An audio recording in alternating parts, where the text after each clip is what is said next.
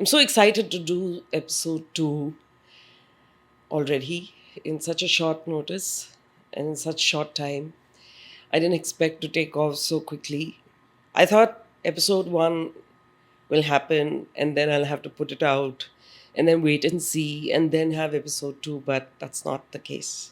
So I'm very, very excited.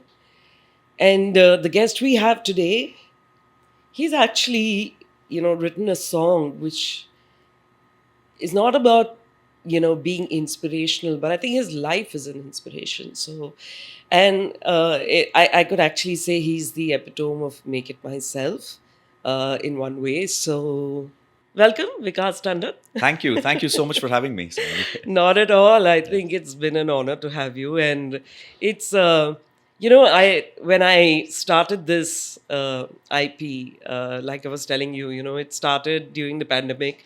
Like a lot of people were trying to figure out, kya kare, bahut time hai, ghar pe baithe hain.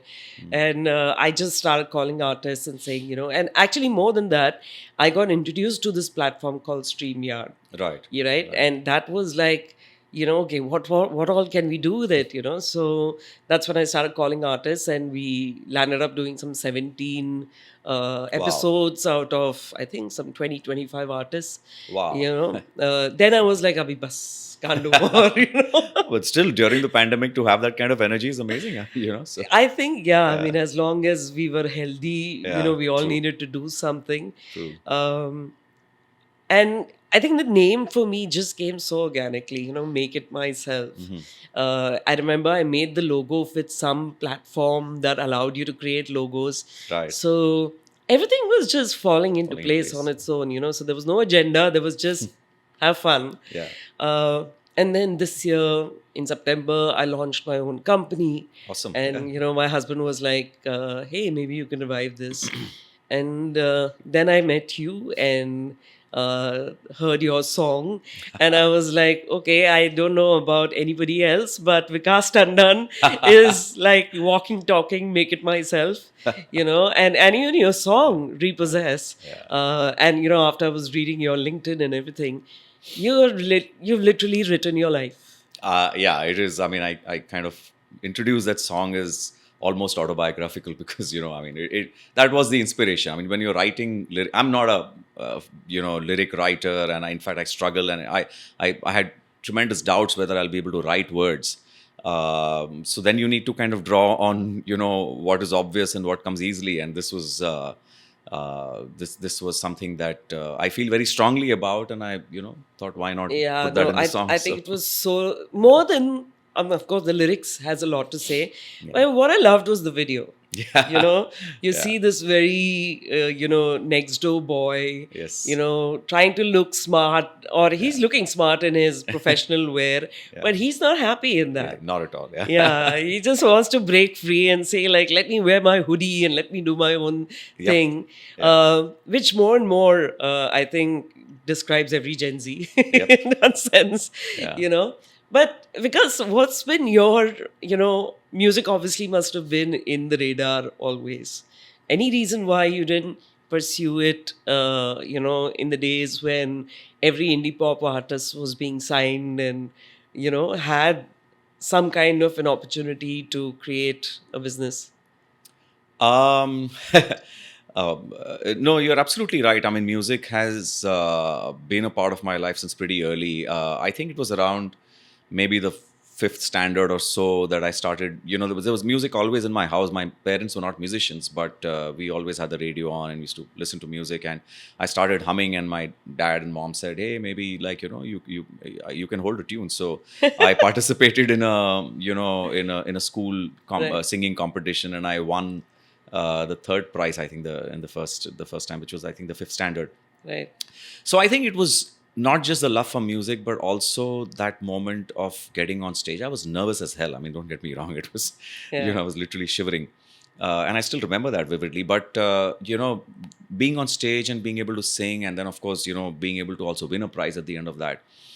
Probably that was a moment when the fire was ignited, so to speak. The love for music was really ignited. Right. And that's been there throughout. I mean, in fact, it kept growing through college, learning to play the guitar, and getting into rock music and stuff. Right. But first of all, I never really thought I was that good that I could do my own music or this could become a career. Secondly, of course, at that time in particular, the general thinking was that all this is good for a hobby. And, I came from a very ordinary middle class background and, we were fine. I mean, we were never wanting for anything basic in life. But Right. it was very clear that I would need to make my own career. I would need to earn my own livelihood.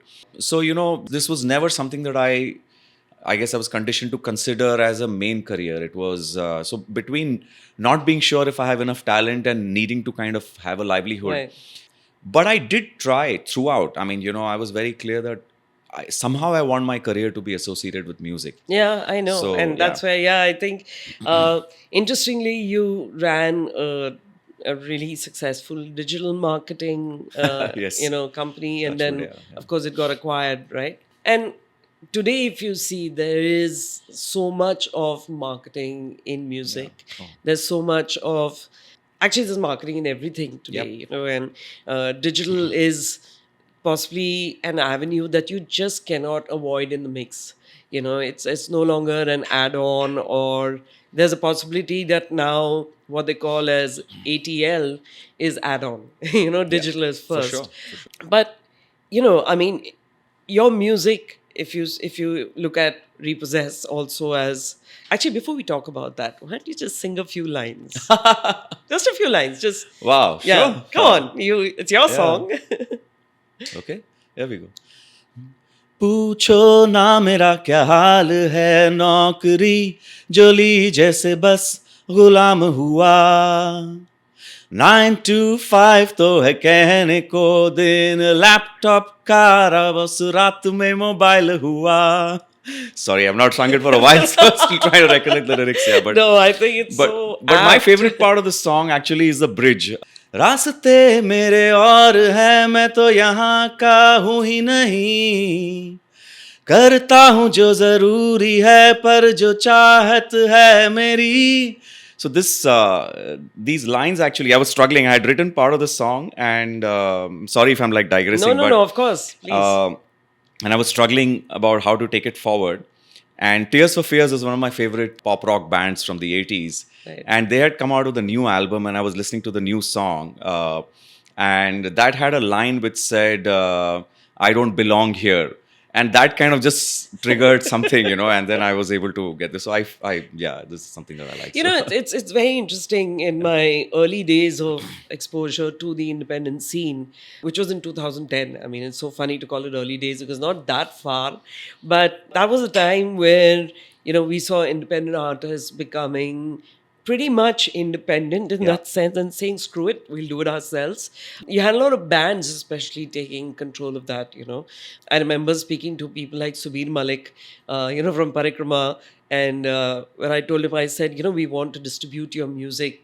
He said, मैंने तो हमेशा अपने गाने ऐसे ही free में डाल दिए, अभी कौन इससे पैसा, I said, नहीं, आप करो, but, why don't you just give it to us? And, we'd like to monetize it. Yeah. And at that time, I think for the first 5-6 years, we had a lot of artists coming to us, uploading their music, but they were, musicians by night. Yeah. And they had a day job. Yeah. Right? They just couldn't imagine to just do music. Yeah. Right? And did you feel, the same kind of challenge, or did you ever feel that you could go the band route the way a lot of bands did? Did you give it that kind of a thinking? No, for sure I did. In fact, 2 points I want to make on that context. One is like I said, music was always became a very important part of my life pretty much since the 5th or 6th standard, whether it was learning music and wanting to form a band was always there. So through my college, when I went for my MBA, when I was working in my jobs, I kept forming little bands every now and then. Unfortunately, like I said, I maybe, write that down to not enough talent / not enough commitment on my part for us to like fully go after Go full that. hog, yeah. But I kept playing music. I kept creating bands and doing little gigs here and there. Because out of all the things in music, I mean, what I love most is playing together and playing live in a band. Correct. And the same thing happened, in fact, when I said that, okay, fine, maybe if I can't make money out of creating or performing music. At least I want to be in the music business. Yeah. And That's how Tsunami came no, about. well before that actually. So Okay. I was doing my MBA from IIM Ahmedabad, and the general trend was consulting or finance, and I was pretty clear that I want to find some way of being in the music business. So it's an interesting story actually. The biggest kind of music company at that time, I'm talking about early 90s, was HMV, which had obviously most of the Indian film music, Right. the non-film music as well, ghazals and classical and bhajans. They had the largest catalog. Correct. The other one was Polygram, which later became Universal. Right. And of course, they were licensees of EMI. Right. So I kind of went out of campus and I applied to them. And Magna Sound was the kind of young upstart at that time, with Yes. better quality cassettes and Yes. and And artists covers as and well. everything, and artists as well. Yeah. Yeah. So I actually went to an STD phone booth in Ahmedabad, and I called up the managing director and I said, "Hey, listen, I'm finishing my MBA, and I called up the office and I said I want to speak to the managing director." They said, "Who?" I said, "No, it's an urgent matter." So trying to be my cocky self, and and he came on the line. And then I said, "Sir, I'm actually, so and so, and Was I'm that just looking Harish for a job." Dayani at that time? No, it was Mr. Shashi Gopal. Oh, Magna Sound, you Magna said. Sound, Okay. yeah. Sorry. Yeah. And he was obviously livid, understandably. I mean, that. I mean, you called me out of a meeting and it's saying it is an emergency. And I thought, oh, damn, there goes, any hope of getting a job in that company. I'm sure. And then out of campus, I joined another company, which is not in the music business, but entrepreneurial, and it was in London. So I did a couple of years there. The itch was so bad, I left my job in London because I wanted to work in music. 2 years wow. later, I tried the same trick. I called up Magna Sound again, hoping that he would not remember. This time I didn't say it's an emergency. I said that, "Look, I'm looking for a job." I guess he was in a better mood or whatever. He came on the line, and fortunately, he didn't remember anything of that. Okay. And I got the job. So Oh, wow. that's how I got Okay. into Magna Sound. So, Right. and you mentioned independent artists, Parikrama and Subir Malik, and Yeah. that was actually probably the start. Magna Sound was the pioneer when it came Yeah. to indie music, Yeah. with artists Magna like Daler Sound and Mehndi, Crescendo Alisha Chinay, music. and then eventually Yeah. BMG Crescendo.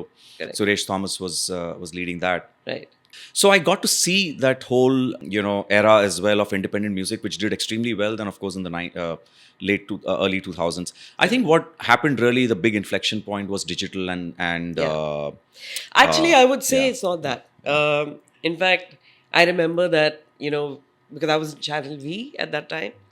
And I think we were responsible in a way to get Bollywood into television. Yeah. Well, So, okay. yeah. Now we know who's to blame, but no. It's ironic. I'm trying to, now Yeah. make a change and actually Yeah. support independent artists. But, we were all in the TRP game at that time. No, but just to it. So the point I was actually trying to make was that, so I worked in Magna Sound and I worked in Sony Music. So 3 years I spent in the music business. And that was another realization that, yes, it's nice to be connected to music, and I would still love to be. But that is when I think the desire to be a performer, that original kind of desire, came back. Right. So those thoughts that you were saying about, talking about having a day job or a night job, and again I started thinking, but my circumstances just did not permit me at that time to Sure. to take a financial risk. So I had to No, of kind course. stick with, I think, I started my career as a singer. And same, I couldn't. I mean, there was a time when I was earning 6,000 rupees and paying a rent of 5,000. Now you ask me to live like that, I'm like, shit, Yeah. how do I do it, Yeah. But the beauty is, things did change even in the music space, right? 6 years down the line, after the last conversation I had with artists where they said, nahi, hum raat ko hi karte hain music. Suddenly all these artists were becoming, session musicians. Yeah. They were doing something in the music Absolutely. space, Yeah. right? Yeah. Would you call that as, a method of taking control of your, musical career, or is that just a source of income? I think it's a bit of both, right? I mean, Right. sources of income are many, but the fact that you're choosing to stay in the space of music, whether creating music or whether as a session musician, whether as a producer, whether writing music for ads and jingles, and or doing voiceovers or whatever, you are making a very conscious choice to stay with what you love, and to kind of and to stay with what your talent and where your talent and skill lies. Right. So I think it's a bit of both, because you also need to make money. And as I keep saying, that so far, at least in the music business or in the arts business in general, there's not been a middle class. Yeah. You either, most of the people, the famous artists, etc., die in penury, or, you have a few people who become stars and, who then Right. become extremely successful. There's no middle class. But they've gone Yeah. through the journey, right? I Of mean, course you yeah, have. So I'm not taking yeah, anything away, but I'm yeah. just saying that therefore for somebody who, like, if you're an engineer or if you're an accountant, if you're a doctor, you Right. could be an extremely successful, but you could also be a doctor who does pretty well and can Right. kind of get by. Right. Right. In arts in general, you don't, you don't Yeah. find that. Yeah. But thanks to all of these opportunities, this is a way of saying that, hey, listen, I can stay in the game. So True, true. A lot of artists today, or even over the years, have tried to find their method of survival. Actually, any art form, I won't say just music, any art form becomes a challenge if it is being done as an income source, right? How you live your life, what kind of, pleasures you have in life is, of course, dependent on how much you earn. But when you look at yourself, right, you went into areas which some of them were in the music space, Yeah. some of them were not. Where did you really find the joy? Yeah, I think that is simple. I think like I said, the biggest joy is for me is playing live, is performing live, Right. ideally with a band. It started off with those school performances, and then jamming with friends, sitting in the college parapet and jamming with other musicians, which we continue. In fact, last night we had a fantastic jam at my house, so Ooh. that continues till now. Please invite me next Yeah, time. for sure, yeah. So I think that gives me tremendous joy. I have to credit some of my musician friends. In fact, I mean, Hane is a guitar player that I've played with for a very long time, and another friend Vikram, and many other people to encourage me to write my own music. Actually, the first song I tried to write was before that for my closest friend's 50th birthday, Okay. and I decided, that that's the best gift I could potentially give. Right. So that was also the journey. And this is all barely 5 or 6 years ago. Right. So that has started also giving me a lot of joy.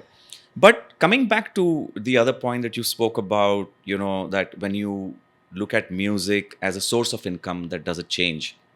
If I may, kind of address that. So the way I see it is, I don't think there's any need for us to be kind of puritanical about that. There are two aspects. One is music as an art form, and an art form, by definition, is one of the aspects of an art form is that it's an expression, Right. of somebody's feelings, emotions, thoughts, expressed either through painting, music, words, etc. Yeah. Authenticity is important there. So if that's what you're trying to do, then the only way it'll happen is if you dig deep in and Correct. you kind of find a way to express that. Correct.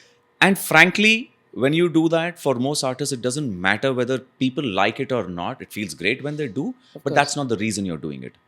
But then there is also music as a product and as a business, and that's nothing to be looked down upon, because, like you said, I mean, people need to make money. Some people Yeah. do it by, stitching clothes. Some people do it by, designing factories. The other people will need to make a living writing music. And if that has to be a marketing or a product or a market-led approach where, hey, this is what listeners want and this is what I need to create, Yeah.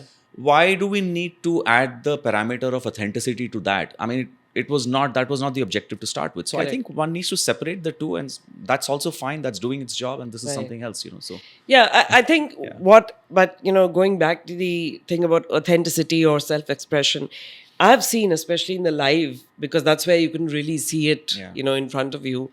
When an artist truly enjoys what they are performing, it kind of resonates, right? sure. And for the consumer, then it's like, man, if he's enjoying it so much, there must be something in it, right? 101%. I don't think people, of course, think so much about it, but it's the energy that vibes out, right? For sure. The idea of this podcast was also, how does one create some element of inspiration, right, in every guest that comes here and talks about their journey of making Right. it, and And the definition of make it myself can be so many. It does Yeah. not have to be about being able to buy a private jet, but something about what you have done so far or want to do in your future is the definition of how Yeah. you would define it as make it Yeah. myself.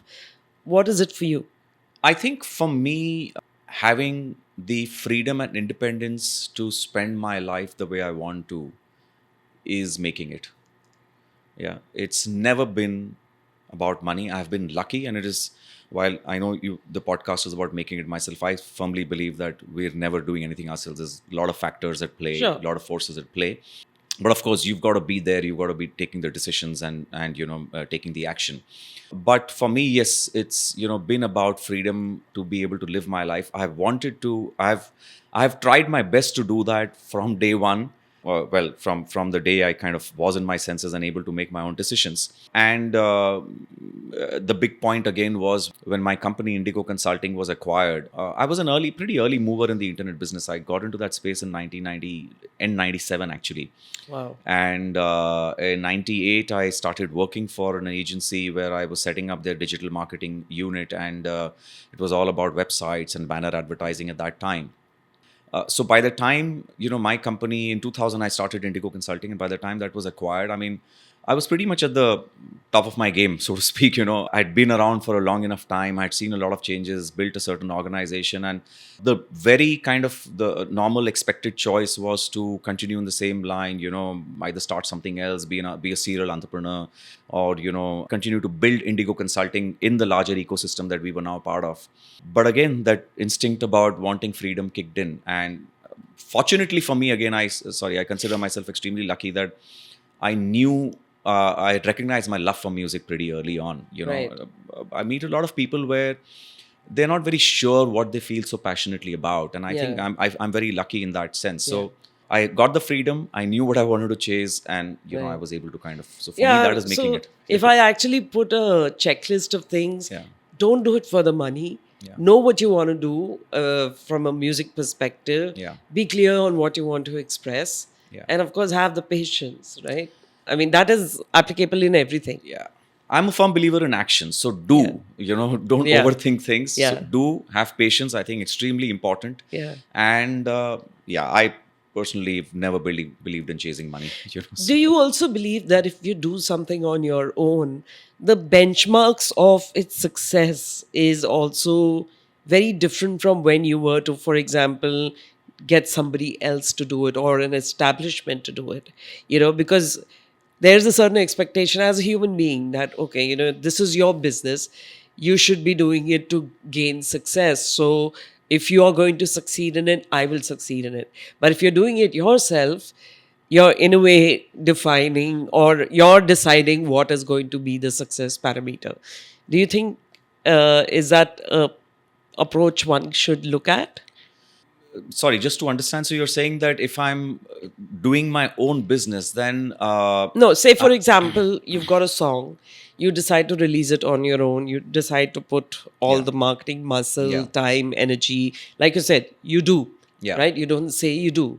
But then there's another, scenario where you have the song and you give it to somebody and you say, okay, now you do everything around it because that's your business. right. Wouldn't you normally have different expectations if you're doing it yourself and whatever result you get out of that, you'd not be so critical as against if you were to give it to a label? Do you think of it that way? Well, personally, and in fact, as we speak, I'm in that situation, where I'm, I have another song ready, and I've Right. been kind of figuring out. So far, I've marketed my music myself, Right. of course, with help, from certain agencies. The video, for example, was produced by another agency. But to answer your question, I think for me, at least, the simple thing will be that yes, if I'm going to somebody else, I'm going because of the expectation of a certain expertise, Right. and I'm likely paying good money for it. Sure. So No, yes, let's assume that you're not paying the, Um, No, so in that sense, I'm not sure if my standards would be any different. At the end of the Okay. day, I would have already defined what I want out of this song. Do I Right. want commercial success? Do I want applause? Do I want it to just be out there? And then whether, I'm doing it or whether somebody else is doing it, I mean, That's I think great. as long as Yeah. that objective is Yeah. achieved, Yeah, I think that's so great because I mean, yeah. like in all my years, the sometimes I met a lot of artists who feel, the moment they give the song to a label or something, and I'm not trying to say labels are justified in this, but I feel when you do it on your own, as a human being, you set your own parameters of success, Sure, sure. and you also understand the limits of it, right? Yeah. But the moment it's given to an establishment who has supposedly proven some success, Yeah. it kind of the expectations change. Oh, for sure. Yeah, I get what you're saying, and yeah, I think that is absolute very important for all of us to recognize as any artist, in any field, yeah. is that there is no formula, There's no So formula. just because Absolutely. whether you or whether another organization has achieved success Yeah, doesn't mean that they'll be able to replicate that for you. At the yeah, end of the day, I mean, you can make certain attempts. I mean, and you can try and follow best practices, but to expect that an establishment or an organization will be able to somehow work magic, in especially in this. yeah. Have you ever thought of collaborations? Because you write and you Yeah. compose. Yeah. Have you ever thought of, today, if you see the both internationally and in India, music as collaborations have become quite popular. And that collaboration is not limited only on creativity, it's also on, getting access to each other's fans and communities and, that kind of stuff. Right. Has that ever crossed your mind?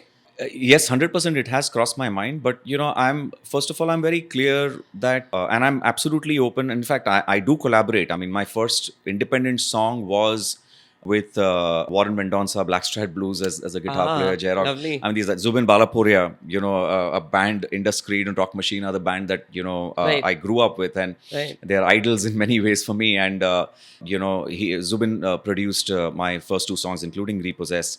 right. And but I'm very clear that if even if I collaborate, it will not be for fans or community. That's No, honestly no, not what I'm that's not the what I'm chasing added right now. benefit. Yeah, It is the added benefit, yeah. but I'm new to this journey, so my process is also one of discovering what is it that I'm good at, what is it that I can do, what can I bring to the table, and the collaborations have to be ones that complement those Of skills. course, So of unless course. I know what I can bring to the table, so I'm in that process right now. But absolutely open to collaboration from a creative point of view, from the high that it'll give, hopefully both people, Yeah. in terms of what we can create together. That is so cool Yeah. because and I'm hearing you speak with so much passion. It's like when I left my corporate job, I realized that I keep telling myself and I see the world around, thankfully people are able to live up to, like 70s and 80s. And sometimes I feel one part of it is, of course, the financial burden of it. But the other part of it is how do you make yourself really relevant or active Yeah. or do things that you can keep doing, god willing your health allows you Yeah. to do it, right? And it's kind of interconnected. If you become Yeah. sedentary, then your body will anyway give up on 100%. you, right? So what you're doing, what I'm hoping that I get to Yeah, do for as I sure. move on, will actually allow us to live a third phase of our life. Yes. We did college, we did job, now Job. we're doing what we want to do. Yeah, absolutely. At my age, I guess, that's this conversation comes up more often than I would like it to, that, and people understand that the life expectancy is going up. I mean, Yeah, 80 is pretty much par for the course for most, people. that's right. And yeah, touch wood. And, that, as you said, leaves at least 25, 30 years post work, not just to fend for yourself, but Yeah. but to be able to pass, productively. Yeah. And again, the good thing is I can see a lot of action, a lot of conversations going on around that. A friend of mine has recently launched a company which addresses that. Another friend was also doing a podcast on a similar theme. Again, like I said, I consider myself very lucky. But I do feel, and at the risk of sounding a little, kind of pedantic or trying to kind of teach, it's very important to try to spend time finding that. Yeah. And again, I'm sure we've all read that enough times that boredom is the key to to finding that. Absolutely. We're just so used to now not getting bored. There's so many options available for us to not get bored that we're not finding the time to say, hey, I have nothing to do. What is it that I can tinker with? What is it, and that's Yeah. when all of these things, hey, I would like to, pottering about with some plants, or with some gardening, or that is when those options will come, and then you will try, and then you will find something that you really enjoy. I think that is extremely important, and it's worth making that effort. Yeah, I think the other thing also, and especially when you see the world around you, when you see what happened during the pandemic as well, that if you're still breathing, of course you need to do what you love because you'll do it best then. But it's also about what you are giving back or what you are passing forward, Yeah. and I think unfortunately in our rut of trying to Yeah. manage our own lives and our families, possibly we don't do it in the prime of our life, but Yeah. hey, we're in the new prime of our life. Yeah. So Yeah. so Absolutely. let's say there was pre-prime and this is prime. Yeah. I like that. Pre-prime and prime. In the prime of my life now. So, last two conversations I wanted to have with you was for today, Yeah. not yeah. What next after Repossess? Ah. And Repossess is still going on. We've not really milked it too much. So No, for sure. I mean, so in many ways, a kind of a keystone in this journey, Right. of writing music, because it is so autobiographical. yeah, As I said, for me, the learning part, when people ask me, what do I do? I mean, when it comes to music, I divide it into three things. I'm learning, I'm playing, and I'm creating. So the learning part is a predominant part, and even in the creating, I'm still learning. Like I said, I already have another song that I'm working towards. It's ready, and hopefully early next year, I'll be kind of releasing that.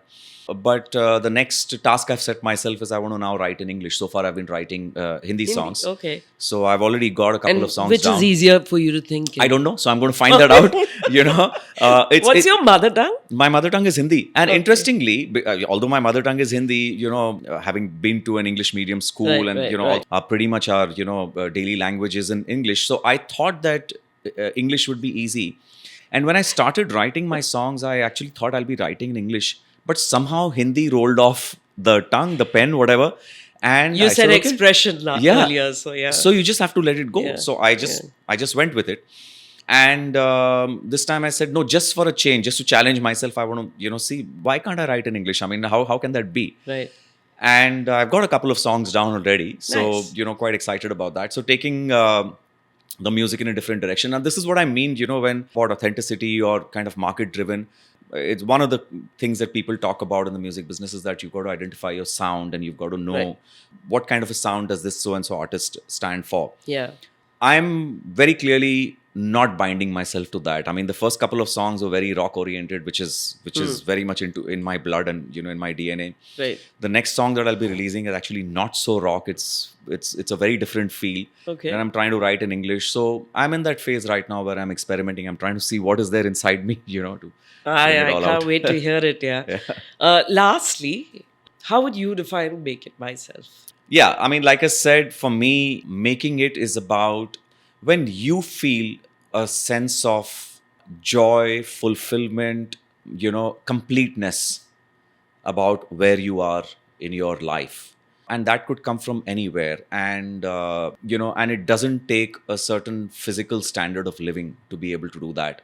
Whatever brings you to that point where you feel complete, you feel, fulfilled, and you've made it, according to me. So, Okay, superb. Just before we sign off, just any other line of the song. of Yeah. Repossess, yeah, sure. Yeah. सोचता था कि when I grow up, जब चाहूं होगी morning, और जब मैं कहूं तो आएगी रात. टाइम टेबल और अप्रेजल दो लफ्ज हो जाएंगे दफा. अलार्म क्लॉक का ना रहेगा नामो निशान. अब तो जैसे इनकी कैद में रहने की प्रैक्टिस था बचपन मेरा. That's so cool. That's so cool. Thank you. Thank you so much. Thank you for having me. Vikas. Thanks a lot. Absolutely. It's been a pleasure. And I'll let you know once the episode is out. Yes, look forward to that. Thanks a lot.